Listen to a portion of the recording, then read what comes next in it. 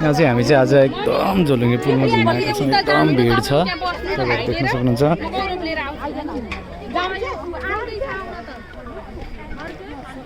नेपालकै तेस्रो सबैभन्दा लामो झोलुङ्गे पुल घुम्न आएका छौँ। अगाडि छिरिङ हिँडिरहेको छु, मान्छे धेरैजना हुनुहुन्छ। एकदमै हाइटमा छ यो चाहिँ, अनि एकदम लामो पनि छ।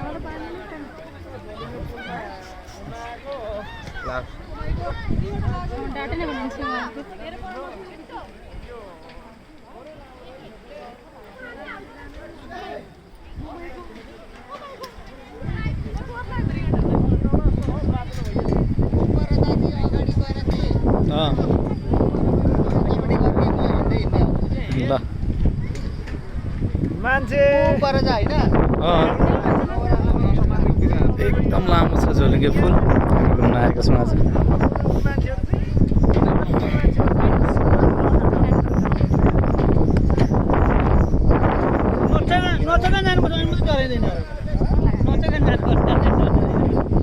एकदम हल्लिरहेको छ।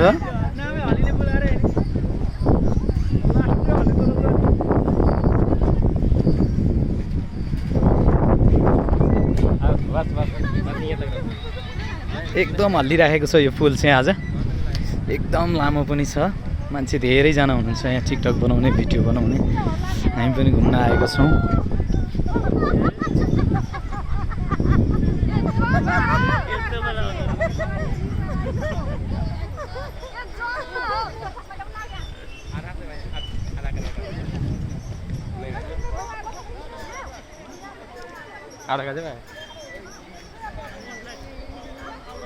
हाम्रो छिरिङ चाहिँ एकदम आइरहेको छ ओह्रालो, एकदमै लामो छ पुल, हेर्न सक्नुहुन्छ। वारिपारि धेरैजना मान्छेको भिड छ, एकदम लामो छ यो पुल चाहिँ।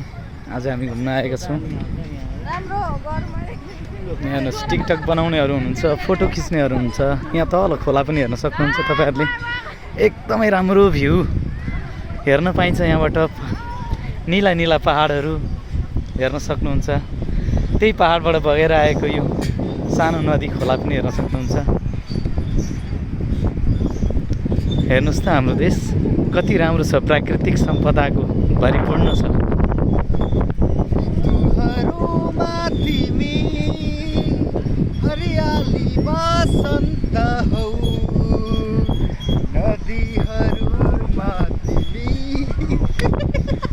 कस्तो हल्लियो, एकदमै हल्लिरहेको छ।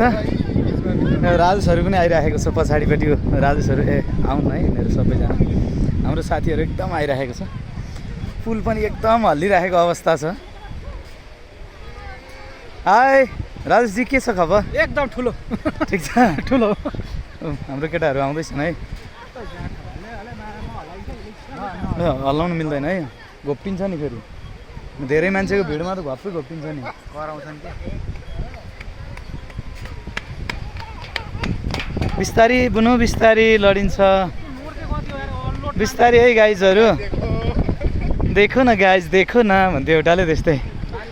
यहाँ राजेश छ, छिरिङ छ,